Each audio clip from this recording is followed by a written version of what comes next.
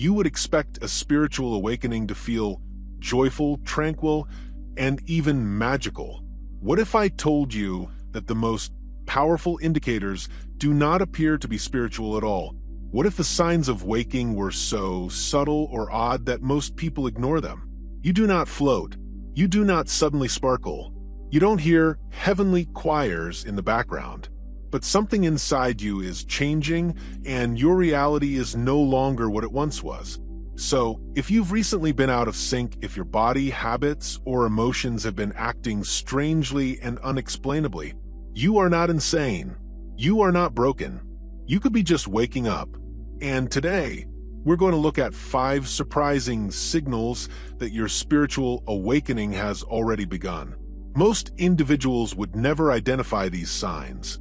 Some days you wake up with a heaviness in your chest.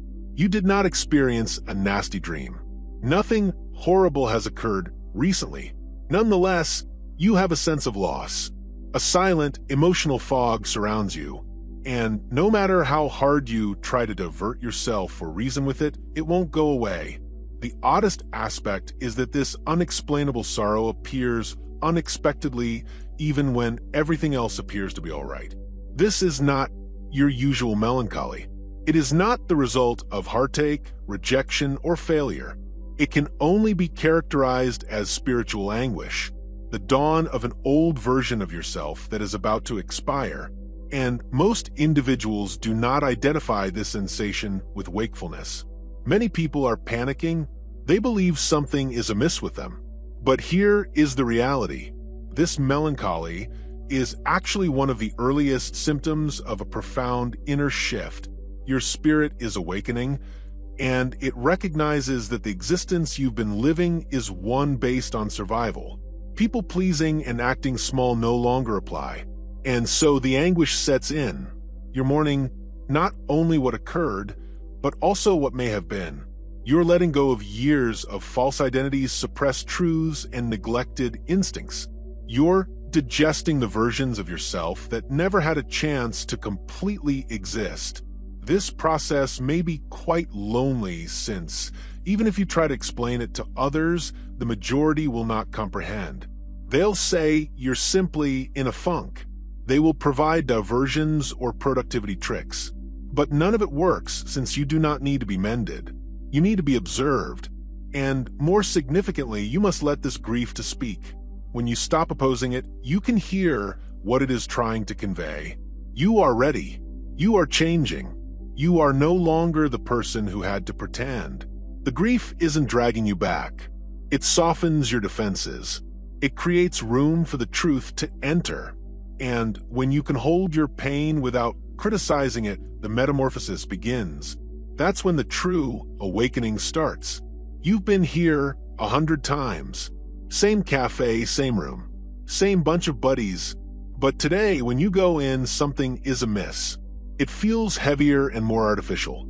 It's almost as if you're entering a scenario that is no longer yours. You attempt to dismiss it, believing you're overthinking things, but the sensation stays. And then it happens again at another location. Then again with a music, a scent, and a color. Everything that was once familiar now feels unfamiliar. This is what I call an energy mismatch. One of the least discussed but most crucial indicators of spiritual awakening is when your consciousness begins to rise and your body becomes more attuned to your environment. It is not only physical, but also vibrational. You begin to notice things you never did before. The music that used to get you pumped up now feels disorganized. The atmosphere that was once cozy now feels congested and energetically stale. It's not that the surroundings have changed. Your frequency is no longer within your tolerance range. You can feel the weight of your friends' talk in your chest. Now, the workplace room is packed with tension and fluorescent lights. You can clearly see how it depletes your soul by the hour. Your energy system is being upgraded, and it requires congruence. This adjustment might be isolating. You may find yourself withdrawing from social situations, avoiding events you formerly looked forward to, and wanting isolation without realizing why. But do not fight it. Honor it. Your spirit is no longer ready to confine itself to settings that disrespect your vibration. And here's the beauty of it. As you outgrow these old contexts, you get drawn to new ones. Quiet parks, spiritual spaces, nature paths, and strange, open settings that seem like home. Your energy field is leading you to where your soul may expand. This contrast with familiar surroundings isn't unpleasant. It's the direction. Follow it. You'll want to have a social gathering. Everyone's laughing. The music is playing, and people are conversing about what they saw on TV, what they bought online, and whose star was recently canceled. However, you feel entirely distant. You smile. You do not. However, your internal energy is dwindling. The talk feels empty, as if everyone were performing, not really connecting. You suddenly realize you can't do it anymore. This is a potent and sometimes misinterpreted symbol of spiritual rebirth, the rejection of superficial connections. Your consciousness begins to rise, your spirit begins to want resonance and small conversation. The repeated ego-driven speech that previously helped you fit in now seems oppressive. You aren't being antisocial. You are changing. Your spirit is no longer interested in meaningless interactions. It wants to die. It wants the truth. It seeks authentic, vulnerable soul-to-soul connections. You'd rather sit in quiet with someone who feels genuine than speak 10,000 words with someone who wears a mask. This transition might feel alienating at first because, while everyone else appears satisfied to float on the surface, you are being urged to plunge into the depths. You may even start to realize how noisy the world is, and how much noise we make only to avoid ourselves. And when this awareness sinks in, your need for calm intensifies. You may lose some friendships during this period, not because you are judging others, but because your energy can no longer pretend to resonate where it does not.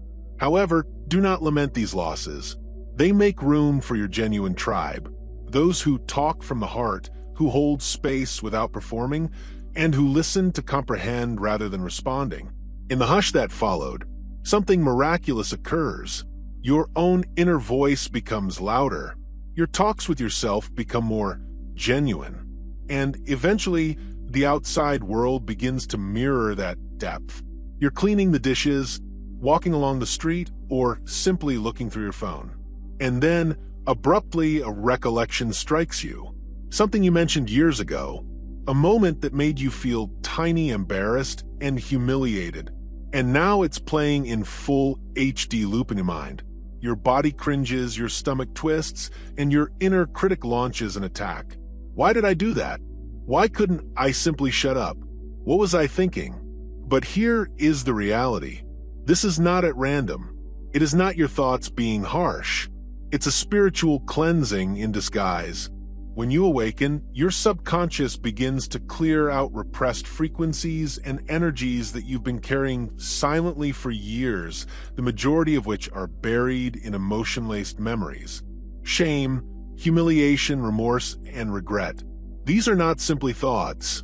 This is trapped energy, and when your frequency increases, your system must eliminate everything that does not accord with your new frequency. So, these old, uncomfortable memories were not meant to disgrace you, but to liberate you. It's a cleansing of your emotional history, allowing you to finally forgive the versions of yourself who never received it. Most people struggle with this time. They conceal the memories, divert themselves, or fall further into self-blame. But the selected ones, those who genuinely awaken, act differently. They pause. They breathe. They say that I comprehend. I forgive you. You were doing your best. And with that, the energy starts to unwind. The hold weakened the recollection and lost its sting. Because it has been acknowledged, it has been processed with kindness. And by doing so, your body releases the frequency it has been keeping all along. This will be one of the memories saved for the next time. Do not push it away. Pay attention to what it's trying to show you. It's not a repeat of a previous error. It's a rendition of your request for peace. One day, you wake up and notice something weird. You no longer feel like chasing. You do not feel that desperate. We need to prove something, not for your employer, not for your parents, not for the world. You used to wait for the next promotion, the next project, the next affirmation hit that made you feel like you were important. But now it seems useless, not in a depressing sense, but in a liberated one. You simply don't want to run anymore. This is one of the most widely misinterpreted indications of spiritual awakening. The collapse of fake motivation for the majority of your life. Your thirst for more was not really yours. It was inherited, implemented, and imposed. You were raised to think that if you didn't try, you were failing. That if you didn't hustle, you were lazy. That tranquility was saved solely for those who had earned it by burning out. But something inside you is now bringing all of this to light. You begin to wonder, why am I even doing this?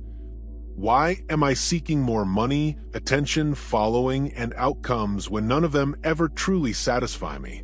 And it is when the waking intensifies. You do not get lazy. You become more deliberate. You are no longer chasing things from a point of emptiness. You no longer want to base your life on performance. Instead, you seek presence, quiet, and alignment. You desire to walk away from completeness rather than toward it. This transition might be unsettling at first because it feels like you're losing your motivation, as if the fire that formerly powered you has gone out. But you're not losing your enthusiasm. You are diverting it. It is no longer intended to burn for ego or survival. It is intended to reveal your truth. You may go through a time of reevaluation. Your aims and desires may change. And from the outside, it may appear like you are slowing down. Something important is occurring on the inside. However, you are learning to live from your inner richness. You are producing from a position of plenty, not fear. And this is the truth. Most people seldom tell you that the true power of spiritual awakening does not come from receiving more. It stems from requiring less. When you stop looking outside of yourself for significance, when you stop delegating your value to success, and when you stop running, you start to recall who you are beneath all the striving. And that version of yourself is unstoppable because it does not require anything to feel whole. Many people believe spiritual awakening is a joyful, light-filled journey. They envision happiness, enlightenment, and an unending state of serenity. What if I told you that the true indications, the naked, irrefutable ones, are silent, weird, even unpleasant grief, spatial dissonance, emotional purification, social isolation, and the death of desire? These may not appear to be miracles, but they are because they marked the end of who you appeared to be and the beginning of who you truly are. And if any aspect of your present experience, including one of these indications, matches what you've just heard, believe it. Don't run from it. Don't be drugged away. Do not presume you are broken. You are not. You're waking up. You're overcoming the delusions that held you tiny. You will be rewiring a life that no longer fits. You're creating room for your soul to finally take the initiative. And it doesn't always look pretty, but it's genuine and worth it. The reality is that not everyone will comprehend your shift. They could label it odd. They may separate themselves. But the folks who are supposed to cross your way, they'll see your radiance even if you're still shrouded in darkness. So keep going, keep shedding, and keep feeling like you aren't changing into anything new. You are reverting to your natural state. If any of these surprising indications struck a chord with you, comment underneath with "I am awakening." Let people know they are not alone in this. Don't forget to like, share, and subscribe. Not for numbers, but for connections. Because you never know who needs to hear it today or when you'll be ready. Your next breakthrough is just ahead of you. Watch our film on the hidden signs. You're about to experience your second awakening. It's connected right here on the screen. Stay honest until next time. Stay alert. Above everything, be true to who you are.